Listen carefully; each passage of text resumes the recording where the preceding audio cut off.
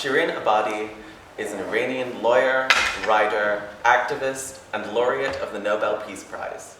Before the Iranian Revolution in 1979, she was serving as one of Iran's first female judges and the first female president of the Tehran City Court. Like many Iranians, particularly Iranian women and members of minorities, her life and work were profoundly impacted by the revolution. Since the revolution, she has dedicated huge amounts of time and effort to taking up pro bono cases of dissident figures in Iran, especially when it comes to women's rights and religious freedom cases. And for this, she was awarded the Nobel Peace Prize in 2003. Since then, she has written several books while continuing her activism, and we are so honored to be hosting her today. Please join me in welcoming her once more.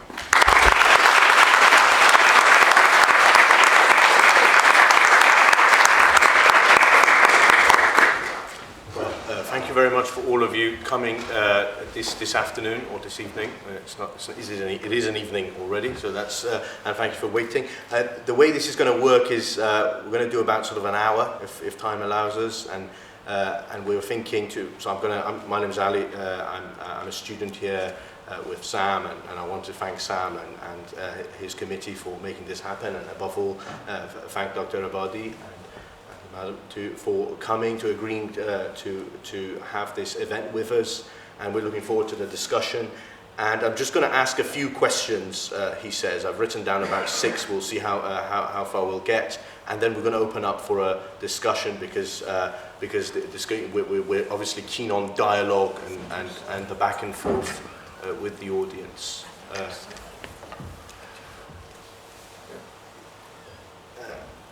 Dr. Ebadi, you became a judge. You are known as a Nobel Prize laureate, the first Iranian woman to receive it, and fundamentally as a lawyer. And you were the first Iranian woman to become a judge back in 1969, which is a huge achievement.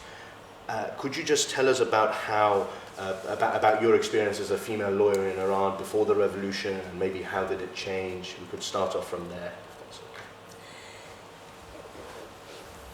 اول میخوام تشکر کنم از اینکه این فرصت گفتگو رو به من دادین و از حضار گرامی معذرت بخوام به خاطر تأخیر در شروع جلسه. علتش هم این بود که ترافیک خیلی سنگین بود. من 3 ساعت و نیم تو راه بودم.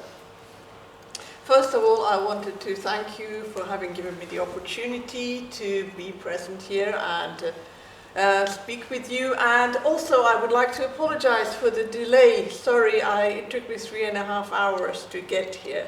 I do apologize. وضعیت حقوق زن قبل از انقلاب 1979 با بعد از انقلاب کاملا تفاوت داشت. The situation of women in Iran was very different before the 1979 revolution to what it became afterwards. همونطور که شنیدید قبل از انقلاب من قاضی بودم. وقتی که انقلاب شد من رئیس دادگاه بودم. در مدتی که قضاوت می‌کردم به هیچ وجه به عنوان یک زن مشکلی برای من پیش نیامد و من از این جهت کاملا راحت بودم و پیشرفت من هم کمتر از همکلاسی‌های مردمون نبود. یعنی میخوام بگم تحت هیچ شرایطی احساس نمی‌کردم زن بودن مانعی برای من بود. As you've already heard, before the revolution I used to work as a judge, and after the revolution, of course, I was demoted. I became a court president. But what I would like to highlight is that when I did work as a judge before the 1979 revolution, I did not encounter any problems. I did not feel in any way lower or less important than my male counterparts. And I never encountered any problems, and I progressed as my colleagues did. جز اولین تصمیمایی که انقلابیون گرفتن این بود که من چون زنم نمیتونم قاضی بشم. من و سایر زنهایی که مثل من قاضی بودن ما تمام شدیم کارمند اداری. مثلا خود من شدم منشی دادگاهی که روزی رئیسش شدم. The first thing the revolutionaries did once they came to power was to say that we no longer needed female judges. And myself and all other female judges, we were demoted. In fact, I became a clerk in a court. Thank you. So that's how your life was, at a very basic level, was affected by the revolution. I've read that you were initially hopeful about the revolution, as many Iranians were at the time. How long did it take you for you to become disillusioned with the way the revolution unfolded?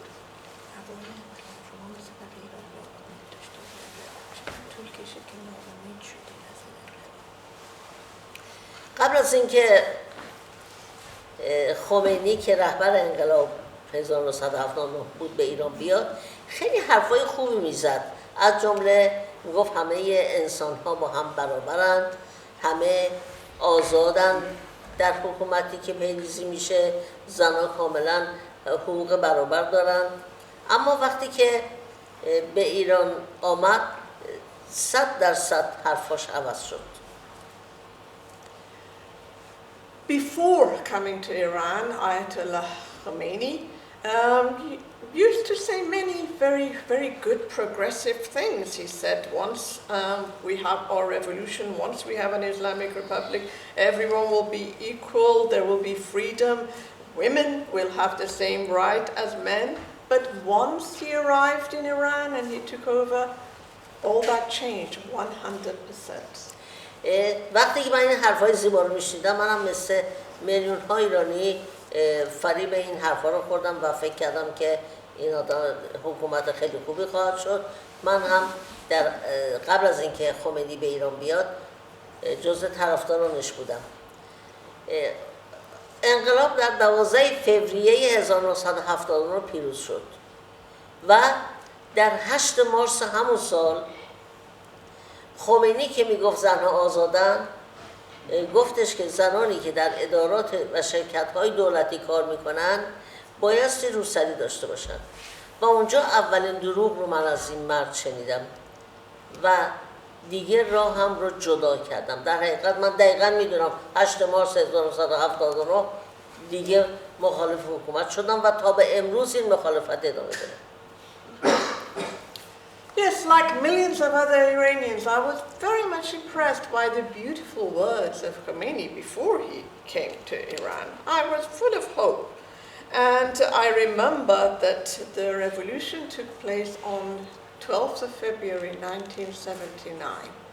And it was shortly afterwards, I remember the exact date, it was 8th of March of that year when Khomeini ordered that all women who worked in offices had to wear a headscarf, and it became compulsory. So that was the first lie. That was when I first realized that what he was saying, none of what he'd said was going to happen. So I separated my path from that of the revolutionaries, yes. I was a supporter, but I no longer decided to support them. I joined the opposition, and I have remained opposed to the Islamic regime since then. After the revolution, as a lawyer, when you were allowed to practice as a lawyer, I think in 1993, you've defended a lot of political dissidents or people affected by Iran's unjust laws.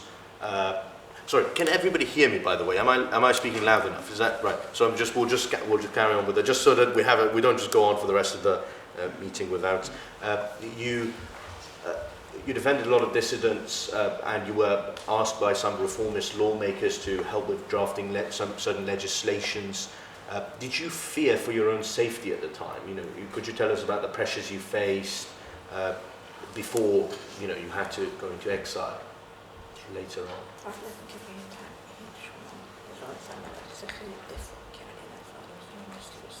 محترم شما دفاع کردید و خیلی اصلاح طلبان از شما خواستن که برای تبدیل بعضی از قوانین روشون کار کنید و اون موقع چه مشکلاتی باش برخورد داشتید؟ اون موقع توی ایران بوده قبل از اون این تبدیل؟ ببینید انقلاب مخاطراتی داره، معمولا با خونریزیه. بنابراین من به عنوان یک مدافع حقوق بشر همیشه سعی کردم راهی رو انتخاب بکنم که کمتر خونریزی داشته باشه. و همین دلیل تمام راه‌های ممکن برای اینکه ببینیم اصلاحات ممکنه یا نه من امتحان کردم. متاسفانه به این نتیجه رسیدم که هیچ امکانی برای اصلاحات در ایران وجود نداره. چرا؟ برای اینکه قانون اساسی این اجازه رو نمیده. و اگر مایل باشین من میتونم کمی راجع به قانون اساسی ایران که بیس و اساس تمام مشکلات ماست باهاتون صحبت بکنم. و وقتی که به این نقطه رسیدم فکر کردم یا این حکومت و قانون اساسی باید بماند که وضع روز به روز خرابتر میشه یا اینکه باید همه چی عوض بشه. و در حقیقت به شما بگم انقلاب به مردم ایران تحمیل شده.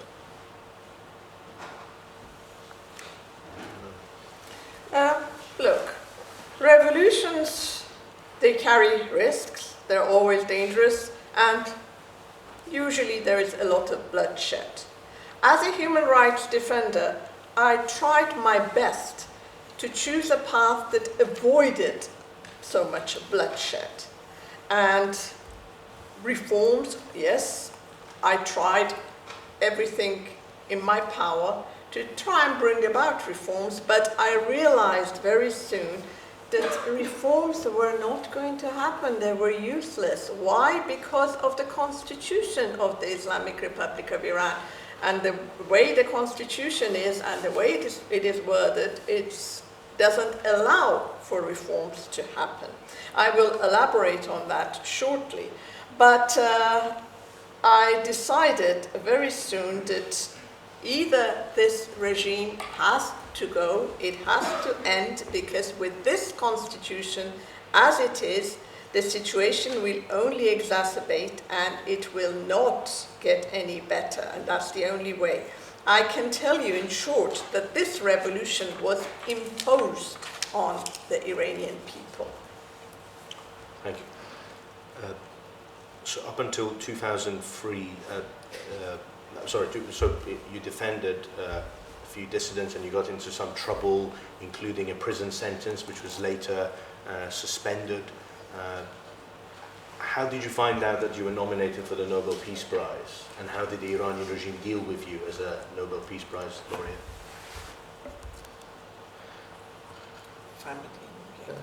چگونه کاندید شدید؟ کاندید شدید فرض که دفاع میکردین ازشون موقع که فهمیدن شما کاندید شدید واکنش دولت نسبت زندان رفتن چی بود و زندان هم بود؟ در ایران یکی از مهمترین مشکلات ما عدم استقلال قوه قضایی است و این باعث میشه که حتی وکلا هم آزادی دفاع نداشته باشن. من در یک پرونده‌ای به عنوان وکیل دخالت میکردم. پلیس به خوابگاه دانشجویان حمله کرد و یک دانشجو کشته شد.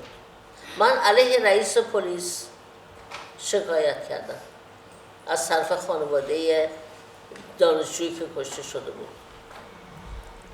اما به جای اینکه رئیس پلیس رو احضار بکنن من رو فرستادن زندان و من مدتی در زندان بودم. مشکلات کار در ایران خیلی زیاده و اما مانع از این نمیشه که آدم کارش رو نکنه. من مؤسس 2 تا انجیوی بزرگ در ایران بودم.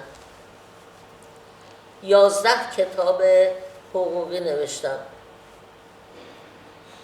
و خیلی آشکار مشکلات قوانین ایران رو مطرح می‌کردم.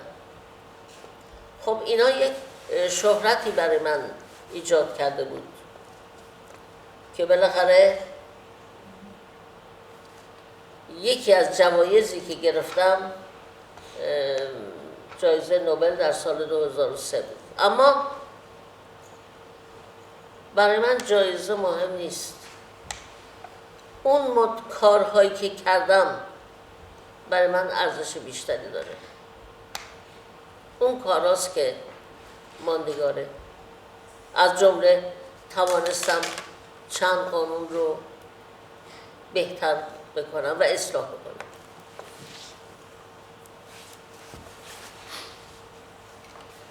One of the problems in Iran is the lack of independence of the judiciary.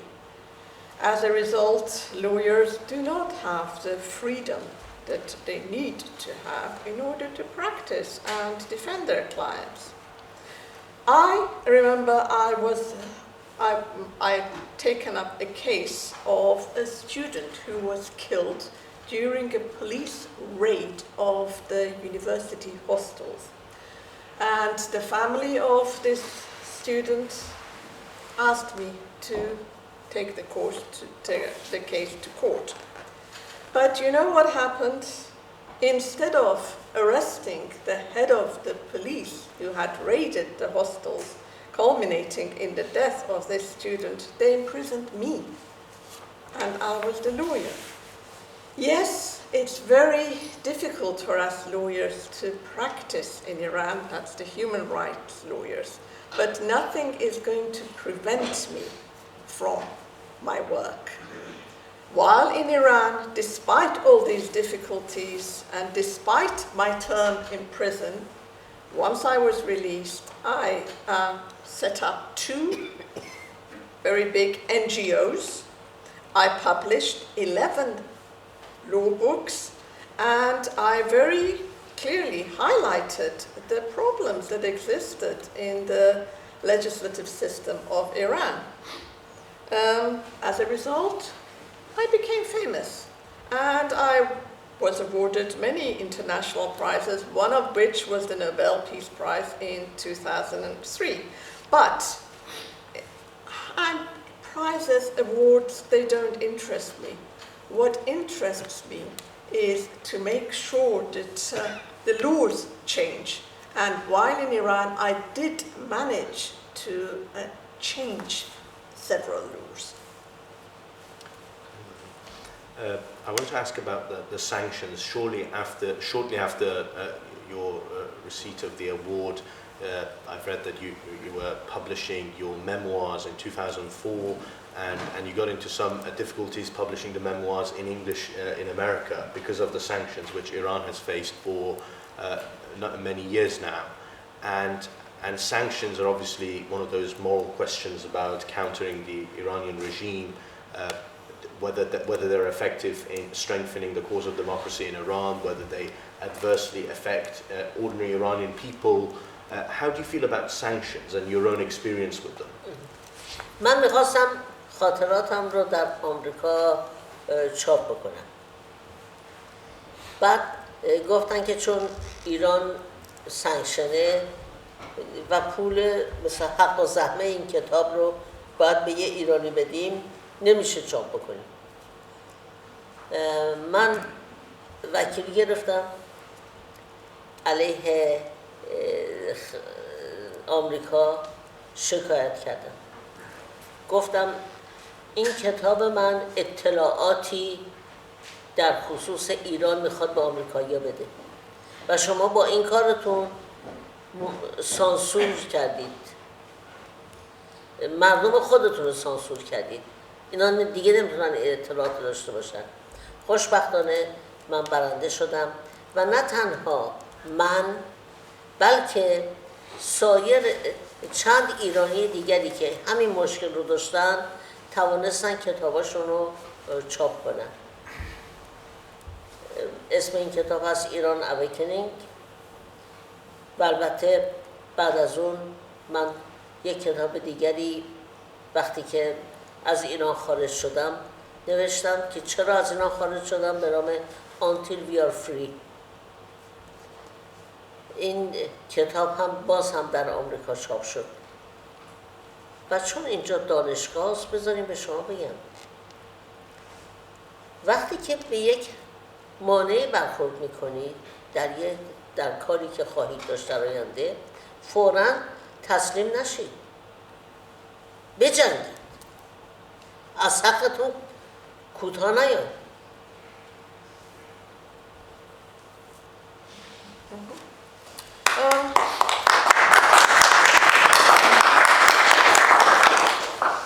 Yes, I was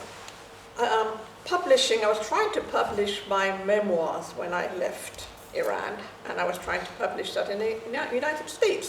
But as you mentioned, they were trying to stop me on the grounds that there are sanctions against Iran and they couldn't possibly pay royalties to an Iranian writer because that would be breaking the sanctions.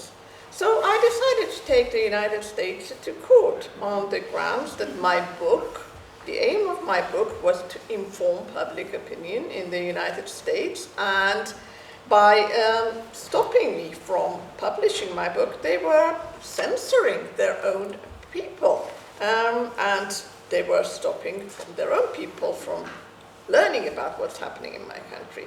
Thankfully, I won the case, and so did several other Iranians who were also trying to publish their books, and they were being prevented because of the sanctions.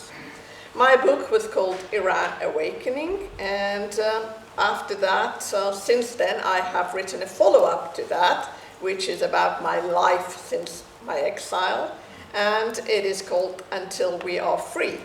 And now, since I am among you students at a university, I would like to advise you, whenever you come across an obstacle in life, a setback, don't give up. You have to fight. So this was what the round of applause was for the non-Farsi speakers out there.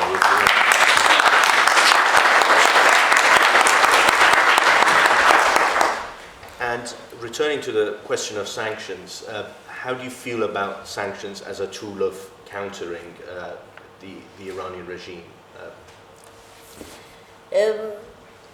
ایران سالهاست که تحت تحریمه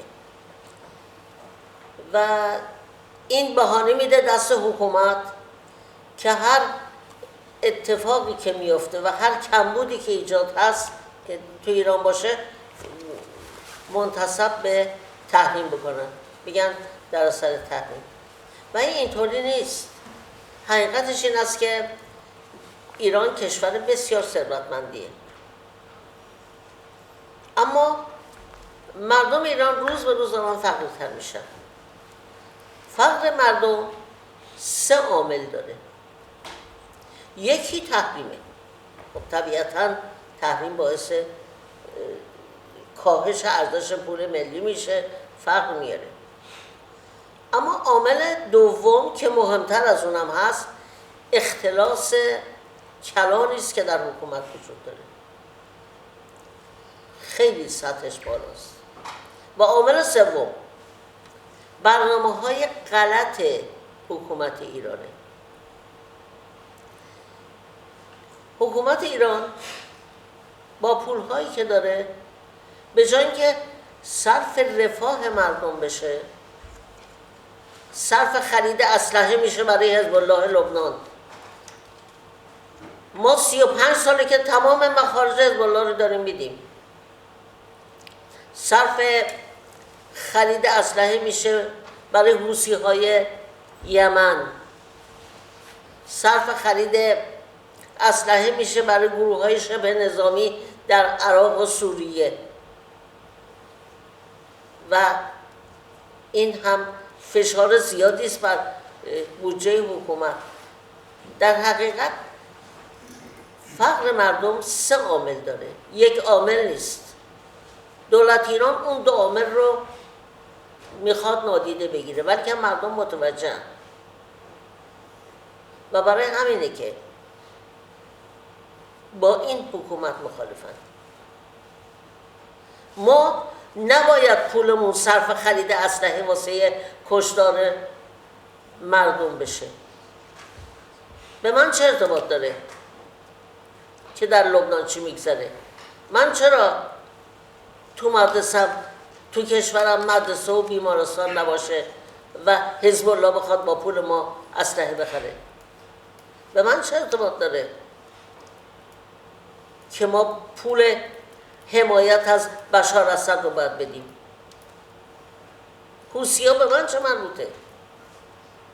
اونا تو یمنن، ما تو ایرانیم، به من چه؟ پول ایران چی میشه؟ این سیاست های غلط حکومته که همه ایرانی ها رو ورشکسته کرده.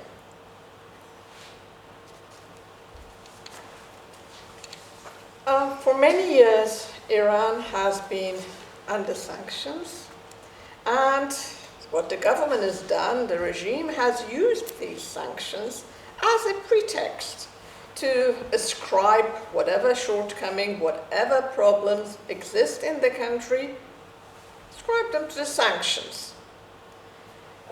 But Iran is a very rich country. Despite being very rich, the people are getting poorer and poorer.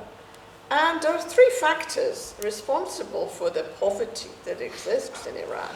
One is sanctions. Naturally, when there are sanctions, the currency of the country is devalued. And it's no longer any use outside the country. The second is the colossal embezzlement by the Iranian regime. And the third one is the wrong policies adopted by the Iranian government. And what is the Iranian government doing, the regime doing with the money?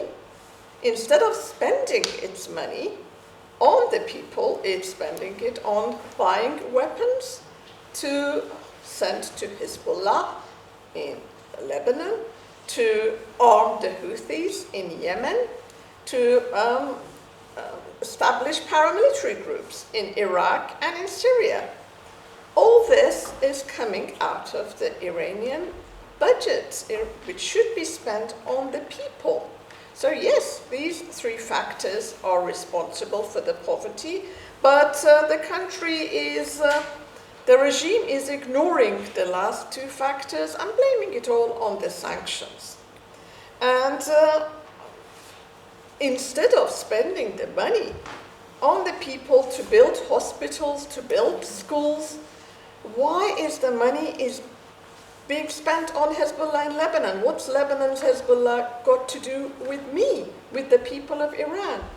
What do the Houthis have to do with the people of Iran? Houthis are in Yemen. Why should we be spending our country's money arming the Houthis? So it is the wrong policies of the Iranian regime that has created this situation in the country. I've got a couple of more questions. I'll see how far we get on. I'll probably just ask one and then we can open up. But how optimistic are you feeling about the future of Iran and the humanitarian situation now? من با آینده ایران خوشبین هستم، برای اینکه مردم ایران 45 سال استبداد دینی رو دیدن و حالا متوجه شدن که راه اونها انتخاب حکومتی است دموکرات و سکولار. مردم ایران 80% مخالف حکومتن. اگر فردا یک رفراندوم باشه مسلما این حکومت میره. اما خوشبختانه مردم دست به اسلحه نبردن، خیلی مسالمت آمیز مبارزه میکنن. و حکومت خیلی خشن سرکوب میکنه. الان بعضی ها فکر میکنن ایران آرامه، اما نه، ایران مثل یک بشکه باروته، فقط منتظر یک کبریته. ایران دانشگاه های خوب داره، ما جمعیت جوان داریم، ثروت زیادی داریم و همه اینا پتانسیل های خوبی است برای اینکه بعد از تغییر رژیم ایران 2 مرتبه بتونه سر پا بایسته و یک کشور قدرتمند بشه و اون روز خیلی دور نیست، چون مردم تصمیمشون رو گرفتن.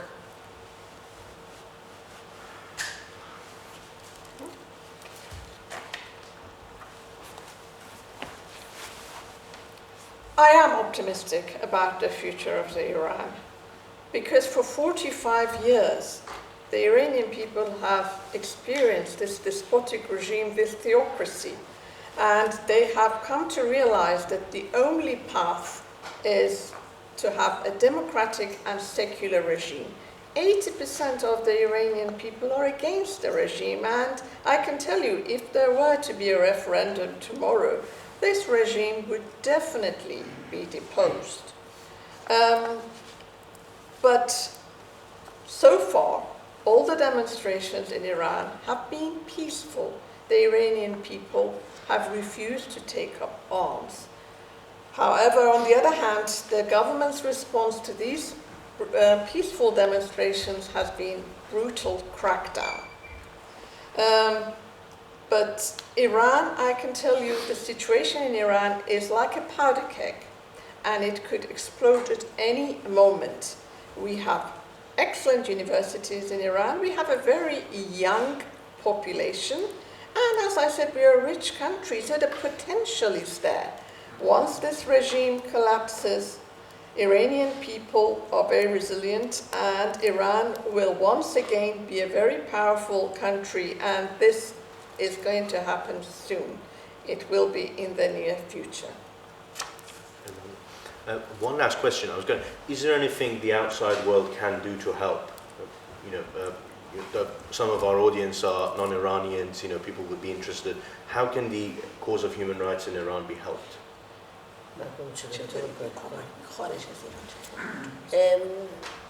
کمکی که ما میخوام این است که اخبار ایران رو منعکس کنید، همه دنیا بداند که مردم در ایران چه میکشن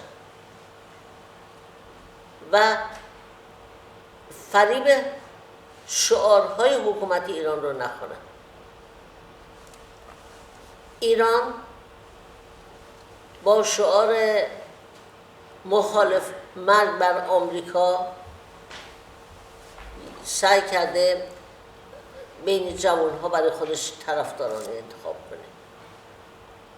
گول این شعارها رو نخورید.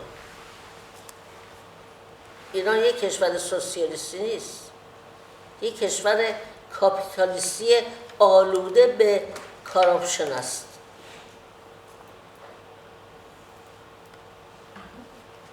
یک کشور سرمایه‌داری.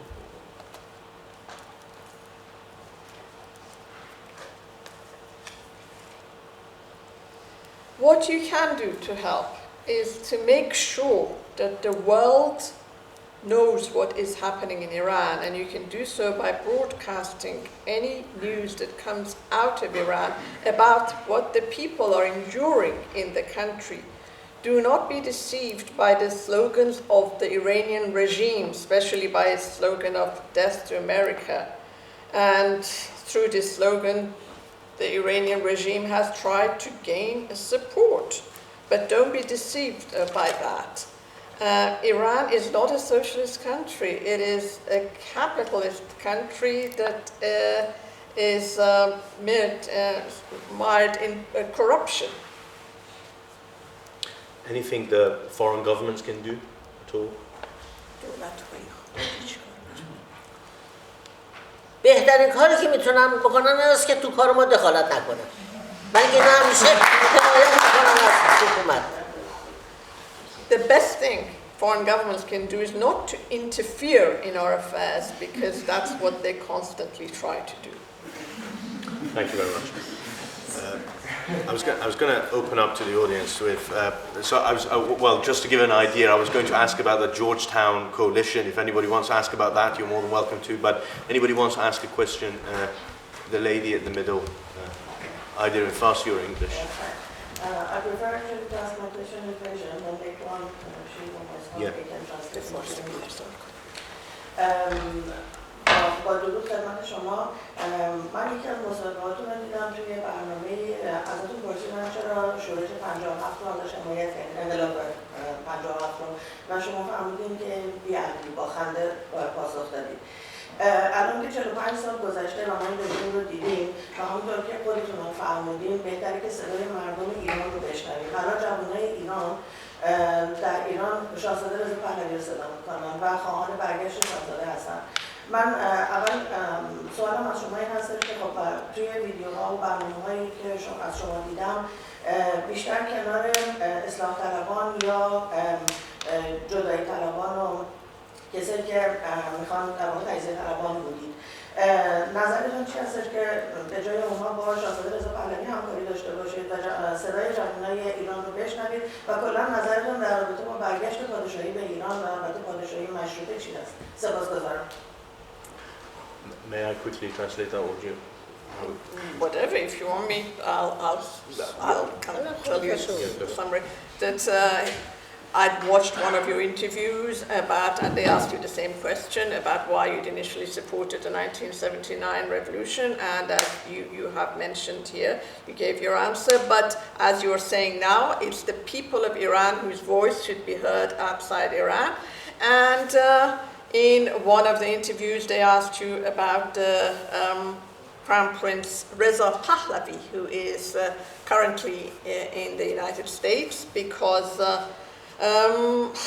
a lot of Iranian people would like the monarchy, constitutional monarchy, to return to Iran.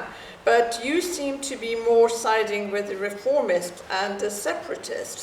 Should you not try and support Reza Pahlavi so we'll have a constitutional monarchy in Iran? علت این که این حکومت ستمگر نالایق 45 ساله در قدرته این است که مخالفین و منتقدین با هم خیلی اختلاف دارن و این اختلافات حکومت رو فقط تقویت میکنه. اینو بگو تیکه تیکه بگم. The reason that this oppressive and incompetent regime is still in power is that for the past 45 years, there have been many differences between the oppositions and the critics of the regime, and these differences have continued. اختلافات بین مخالفین حکومت عمدتاً سر دو مسئله است. مسئله اول جمهوری یا سلطنتی. بعضیا معتقدن آینده ایران جمهوری باشه، بعضیا معتقدن سلطنتی باشه. و اختلاف دوم گپی که بین ناسیونالیست‌های افراطی و اتنیک‌های ایرانی که معتقد به فدراتیو شدن ایرانه. بعضی معتقدن ایران باید به صورت فدراسیون، چند فدراسیون در بیاد اداره بشه. بعضی معتقدن نه، ایران حتما باید یک حکومت مرکزی داشته باشه. این دو تا گپ بزرگ وجود داشته. برای اینکه این گپ ها از بین بره چی کار بایستی کرد؟ کاری که خوشبختانه مردم یاد گرفتن و دارن انجامش میدن. مخالفین باید با هم سر یک میز بشینن به توافق برسن. منظوری نیست که همه یک راه رو انتخاب کنید. نه، ما بعد از رفراندوم اون وقت میتونیم حکومت اول بره، بعد در رفراندوم میتونیم انتخاب کنیم سلطنت میخوایم یا جمهوری. خوشبختانه همه ما یک حکومت دموکرات و سکولار میخواهیم. این هیچ اختلافی توش نیست. این چنین حکومتی میتونه در یک سیستم سلطنتی باشه مثل نروژ، میتونه در یک سیستم جمهوری باشه مثل فرانسه. بنابراین این اختلاف نیست. این باید بمونه موقع رفراندوم. و همینطور در مورد فدراتیو بودن یا تمرکز، اینا الان مسئله اختلاف نیست، چون هم اقوام ما و هم ناسیونالیستا میگن این حکومت باید بره. حالا چه شیوهی بیاد اینا میذاریم بعد از و داریم صحبت میکنیم که بذاریم بعد از رفراندوم. بنابراین وظیفه ما ایرانی ها این است که با هم همکاری بکنیم تا پای رفراندوم. حکومت که رفت اون وقت میشه انتخاب کرد چی میخوایم. و این چیز عجیبی نیست، تو همه انقلاب‌ها هم این اتفاق افتاده.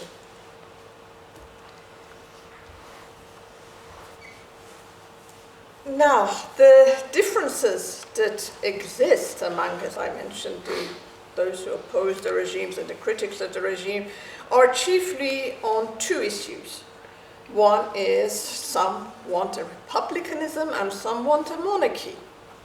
And then there is also the gap that exists between extremist nationalists and ethnic minorities. The extremist nationalists, they say we need a centralized government, and the ethnic minorities, they would prefer a federation.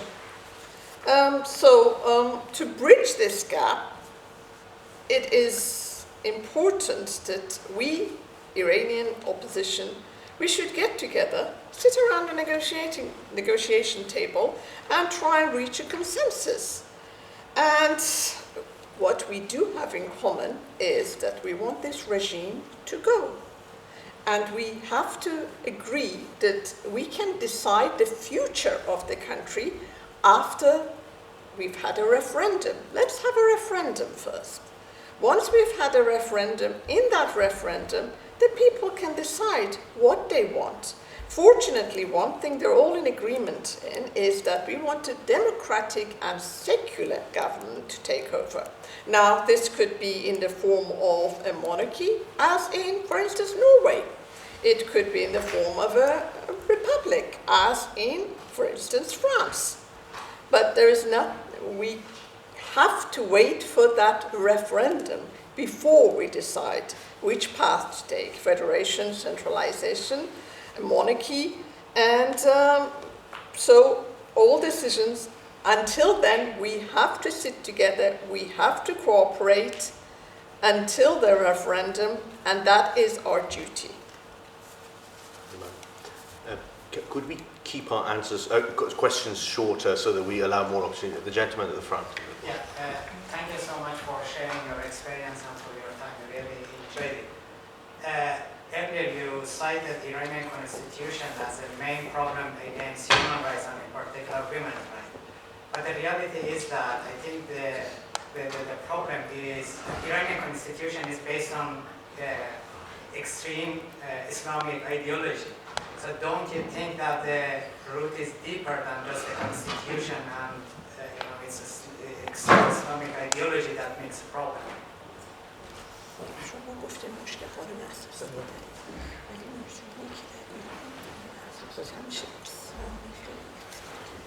حکومت استبداد دینی یعنی همین که یک نفر برداشت خودش رو از یک دین یا ایدئولوژی بخواد به همه تحمیل بکنه.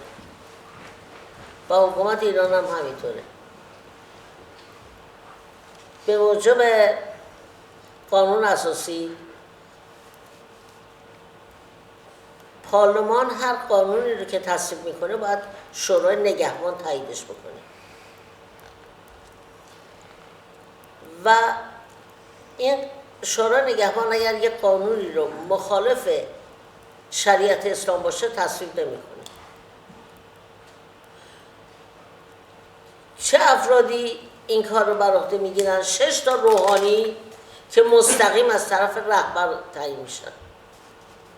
پس بنابراین رهبر هر چی بگه میشه اسلام و میتونه جلو قانون بگیره. این عقیده بقیه مسلمان ها هیچ اصلا ارزش نداره. اینو بهش میگن استبداد دینی. یه نفر حرفش بالاتر از قانونه. خب مردم این حکومت رو نمیخوان، برای همین یه حکومت سکولار میخوان که از مذهب مردم سوء استفاده نشه.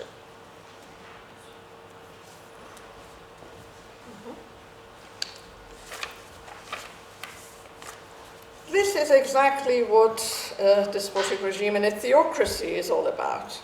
It's based on the decisions of one person. One person imposes his own religious belief or ideology on the nation.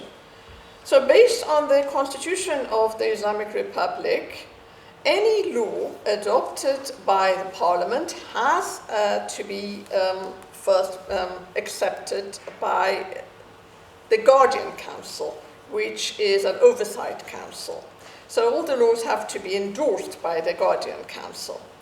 And now, the Guardian Council is made up of 12 people, 6 of whom are clerics, appointed directly by the supreme leader. So to all intents and purposes, the final authority, the final say is that of the supreme leader. He has the absolute say and he is above the law. And that is exactly why the people want a secular government, government to take over.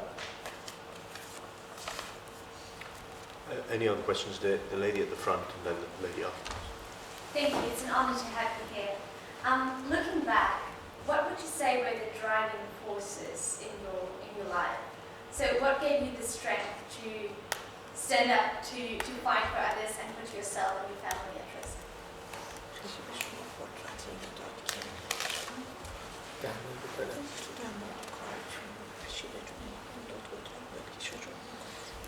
وقتی کسی به هدفی که و به راهی که انتخاب کرده اعتقاد داشته باشه، هر نوع سختی رو میتونه تحمل بکنه.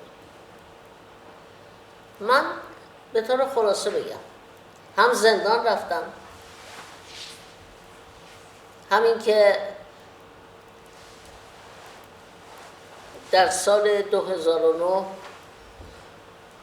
حکومت ایران تمام اموال من رو مصادره کرد، خونه من رو، حسابای بانکی من رو، انجیوهای من رو بستن و من تحت تعقیب کیفری قرار گرفتم.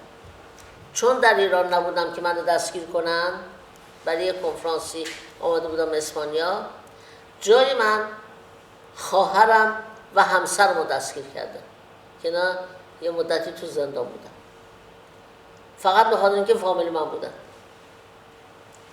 یعنی در حقیقت سختی و الانم دامن من تهدید میشم،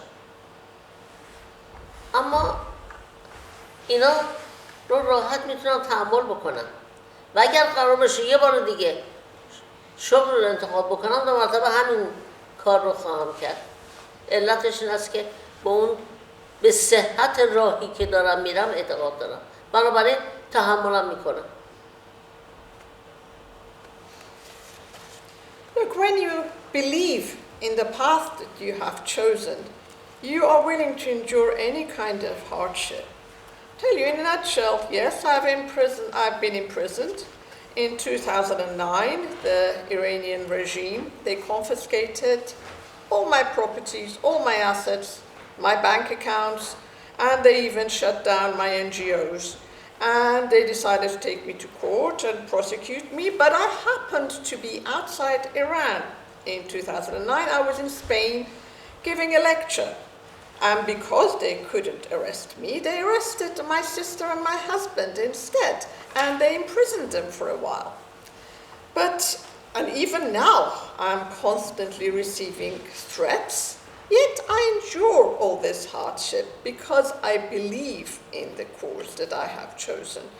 And even now, if somebody says, would you have chosen the same path had you known about the consequences, I would say yes, definitely, because I believe in this path. They confiscated, including your prize. Is that? جایزه نوبلتون هم گرفتم. بله. Confiscated, including the prize itself. Did I promise the lady over there for a question, if you would like to? Hi, it's an honor to meet you, and thank you for sharing your wisdom with us. Finding consensus is one of the biggest challenges in Western democracies. So I wanted to ask you, how, after the current regime falls, what are your thoughts on how to avoid some traps such as political polarization and continuing to shut down minority voices when Iran finally has a chance to make more democratic decisions? I didn't hear the last one. فرمودن که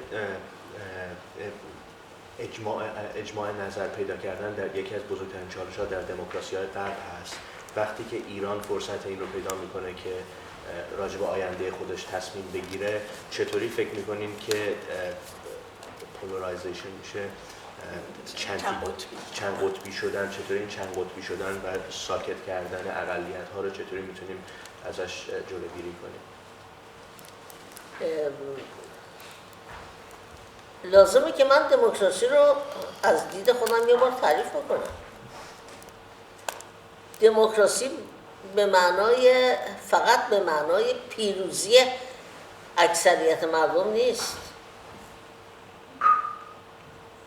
دموکراسی یعنی اینکه اقلیتی که شکست خوردن اونا بتونن حق داشته باشن، حرف بزنن، زندگی کنن. دموکراسی واقعی یعنی این. والا وقتی که یک گروهی در یه انتخابات پیروز میشن، خیلی طبیعیه که تمام قوانین رو بخوام به نفع خودشون بنویسن که اسمش دموکراسی نمیشه. دموکراسی یعنی رعایت حقوق اقلیتی که شکست خورده. It seems that I have to define democracy the way I see what democracy is. Democracy, in my opinion, is not just about a victory of a majority over a minority, but it is about securing and ensuring that the rights of the defeated minority is respected and that they are allowed to speak and to express their demands. So if a majority wins naturally, they would want to change all the laws to serve their own interests. But that is not what democracy is about. Democracy is about respecting the rights of the minority voices. و میخوام اضافه کنم تمام حقوقی که در اعلامیه جهانی حقوق بشر هست این در حقیقت ناظر به اقلیته. ولی اکثریتی که خب یک کشوری رو در اختیار داره هر اختیاری داره. اون اقلیته که بایستی آزادی بیان داشته باشه. اون اقلیته که بایستی مذهبش محترم شمرده بشه. چون اکثریت که مذهب خودشون داره هر حرفی هم بخواد میزنه. اینا حقوقی که هست مال اقلیت هاست. اینو توجه داشته باشیم. And I also have to highlight that if you look at the Universal Declaration of Human Rights, the articles in it are all about respecting and ensuring that the rights of the minorities are respected. The minorities should have the right to freedom of expression, freedom of religion, and for the majority have no problems. They have their rights. Their rights are safe and secure. It is about the rights of the minorities. Sorry, can I just quickly ask, what do you say to the argument that in some Western universities that human rights are like impositions by Western countries and what is the argument to that? به اون استدلالی که در دانشگاه غرب برخی ها میگن که حقوق بشر یک مفهوم غربی است که غربی ها بر ما تحمیل میکنند، این جواب شما به این مسئله چیست؟ اشتباه ترین حرفی که شنیدم همینه که بعضیا فکر میکنن معتقد به نسبیت فرهنگی هستن. فکر میکنن که هر مذهبی و هر کشوری میتونه حقوق بشر خودشو داشته باشه. حقوق بشر یونیورساله، برای همه مردم دنیا و همه مذاهب دنیا کار میکنه و باید باشه. That is the most wrong thing I have ever heard from being said, that the human rights is a Western concept. They seem to believe that it's all about cultural relativism, but that any country, any religion should have their own culture, should have their own religion, and irrespective of the rights of the minorities and people. But human rights is a universal concept, and that is what we should bear in mind. The lady at the front. It's an honor to meet you. We have seen recently there have been many executions in Iran, and the government is using execution to oppress the opposition. And the latest one would be Tumar Salahi, and there's a long list of people. We have been written letters, petitions, going to the parliament in the UK, talking to everybody we could, but we can't stop. The government is carrying on, the regime is carrying on, killing people, innocent people. What else could be done to stop this murderous act? Thank you.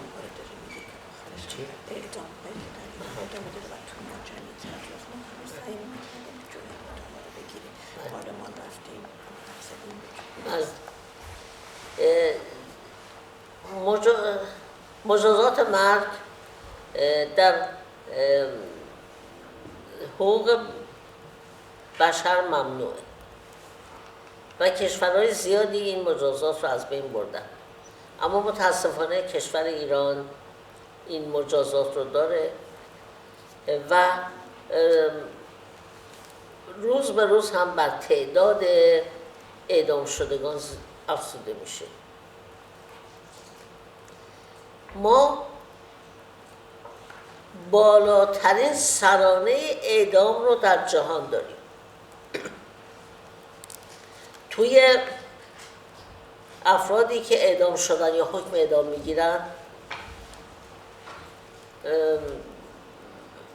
افراد عادی با جنایت‌های عادی هستند، مجرمین سیاسی هستند، کسایی که متهم سیاسی هستند، افراد کمتر از 18 سال هستند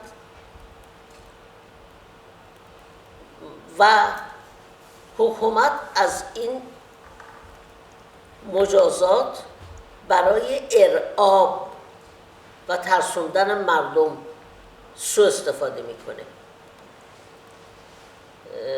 مثلا اخیراً یک خواننده رپ در ایران که خیلی محبوبه، فقط به خاطر خوندن حکم اعدام گرفته. ما الان تعدادی نویسنده، روزنامه‌نگار، فمینیست توی زندان داریم. اینا هیچ با سیاست به اون صورت کاری ندارن، اما حرف خودشون رو نمیتونن بزنن. وقتی که حکومتی نمیتونه یک خواننده رو تحمل بکنه، دیگه معلومه میزان آزادی بیان چقدره.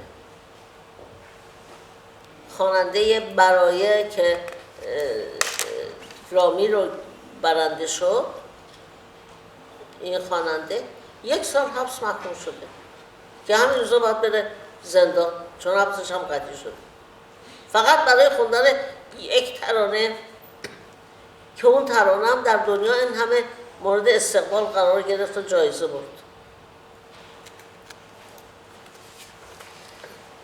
Look, the death penalty is actually banned by human rights. It's against human rights. And many countries around the world, they have discarded the death penalty. They no longer have it. But unfortunately, it exists in Iran.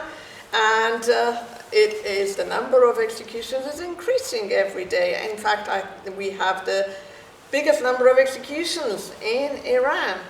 And among those executed, there are ordinary criminals who've committed various crimes. There are also political prisoners, and there are also juveniles who are under the age of 18 and they're being executed. So the government is using the death penalty in order to create an atmosphere of fear, intimidation, and to frighten the people. And among them, we've had a rapper who is currently on death row, and just for the lyrics of his songs. We have several writers, journalists, feminists, and they're not political, but the regime cannot endure them, and they're in prison. So a regime that cannot even endure people like that, how can it have any respect for human rights? And another person who is currently being sentenced to a year in imprisonment is a young man who sang the anthem Baraye, which means for, which has become a very famous song, a revolutionary song, and he has also been sentenced. Thank you very much. Well, thank you all for coming. I apologize for anybody who didn't get the chance to ask another question. I'm being told by people more powerful that we need to end it here. So thank you very much. And join me in thanking Dr. Shirin Ebadi.